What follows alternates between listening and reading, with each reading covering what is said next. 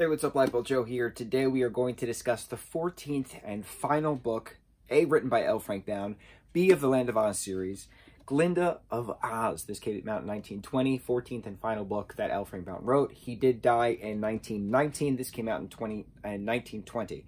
So we are at the 102nd anniversary that this book did come out. This was bad. This was a bad book.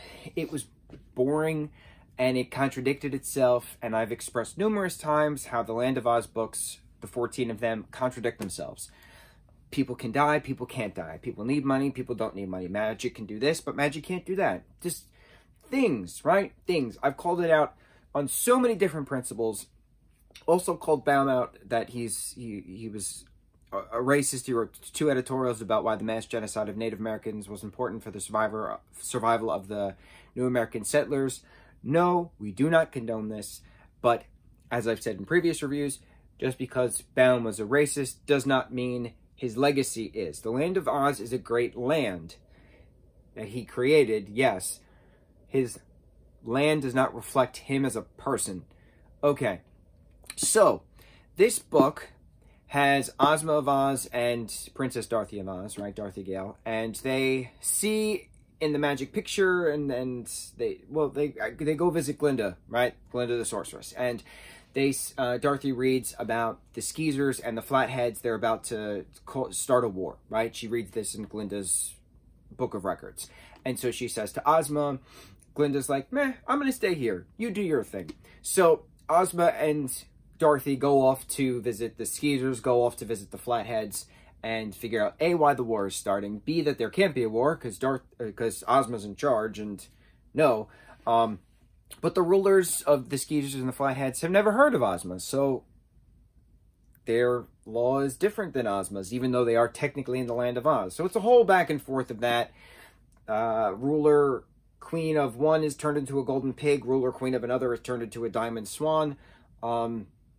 And then this glass dome where the village of the Skeezers is just sunken into a lake. And it's now a matter of, how do you fix the magic that Queen Coo-ee-oh, who's now a diamond swan, used? And magic's forbidden, right? Only the wizard and Glinda can do magic, but other people have powers of magic. But it's against the law. So, like, how do you reverse the magic that this queen, who's now a diamond swan, who wants nothing to do with humanity anymore, caused the city with Ozma and Dorothy in it to sink, right? Glinda the wizard get the band back together. All of Ozma's, trusted band of misfits comes to try to figure out how to save their beloved royal princess, right? And Dorothy as well. Wizard's magic doesn't work. Glinda's magic doesn't work. Ozma's magic doesn't work. Dorothy has her magic belt. Dorothy has the Gnome King's magic belt throughout this entire book and does not use it. Not once. We have the full entire story arc of Dorothy learning about the powers of the magic belt in The Lost Princess of Oz, which is a great book. Why the hell did she not use the magic belt? Not once. We know that she has to do a certain thing in a certain way, and she gets 1 wish a day. Why couldn't she make a wish that the island was risen? It would have eliminated literally half the book. More than half the book. 2/3 of the book. But no other magic works except for Queen Coo-ee-oh's magic. So they had to figure out how to transform these 3 magic adepts back from fish into people to get the magic words of Queen Coo-ee-oh, realizing that it was actually her name the entire time. That was actually the magic phrase. But, like, we had a whole thing about magic words within the Magic of Oz, right? The wizard figured out the perplexical, whatever it was, to transform people. So, like, we know that magic comes in words as well as wands and as well as, alchemy and stuff, right? Powders and potions and things. Why did it take 2/3 of a book to get the name, the magic name, to rise the land back up, to then have all the war end and everybody go back together? Why didn't Dorothy use her belt as soon as the island sank? Why did she not do her things and say her wish and then everybody would have been fine? I don't get it. I don't get it. So, I have expressed numerous times throughout these reviews, and it's interesting that I started off very happy reading the first one back in the beginning of this year, 2022. We've read 14 books it is currently April 20th, 420.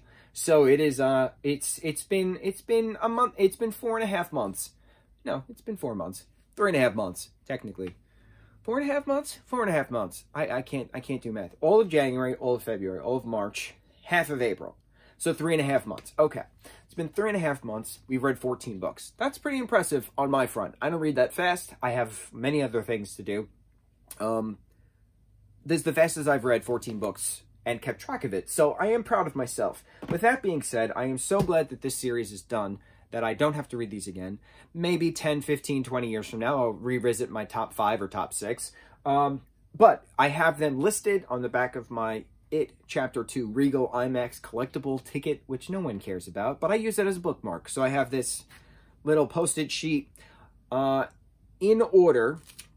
We're going to go in order best to worst as far as my ranking is concerned. Patchwork Girl of Oz, number 1. That is the 7th book. The 11th book, The Lost Princess of Oz, is number 2. The 2nd book, The Marvelous Land of Oz, is number 3. The 6th book, The Emerald City of Oz, is number 4. The 3rd book, Ozma of Oz, is number 5. The 1st book, The Wonderful Wizard of Oz, is number 6. The 7th spot is the 10th book, Rinky Tink and Oz. 8th spot is the 12th book, The Tin Woodman of Oz. Man, I should have numbered these. 9th spot is the 13th book, The Magic of Oz. 10th spot is the 9th book, The Scarecrow of Oz. 11th spot is the 14th book, Glinda of Oz, which we just talked about. 12th spot is the 5th book, The Road to Oz. 13th spot, the 4th book, Dorothy and the Wizard in Oz. And the 14th spot is the 8th book, TikTok of Oz. That was the worst out of all 14. And we're done. We reviewed them. We talked about them. We ranked them. I don't have to do this ever again. I have 1, 2, 3, 4 books in my pile of to be read. And then I'm back to, I got to read the Stranger Things comics again. I got to go through the Avatar: The Last Airbender comics. Some of them we didn't actually talk about. I want to get my collection of reviews together. I don't like certain things I didn't fully discuss. So, yeah, that's it. We did it. 14 books. Never again do we have to speak of these things. These are books that shall not be spoken of.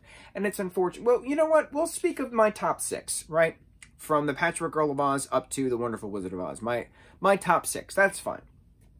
After that, no need. No need. We're done. We're good. We said our piece. I said what I had to say. I called out everything that was wrong about these books.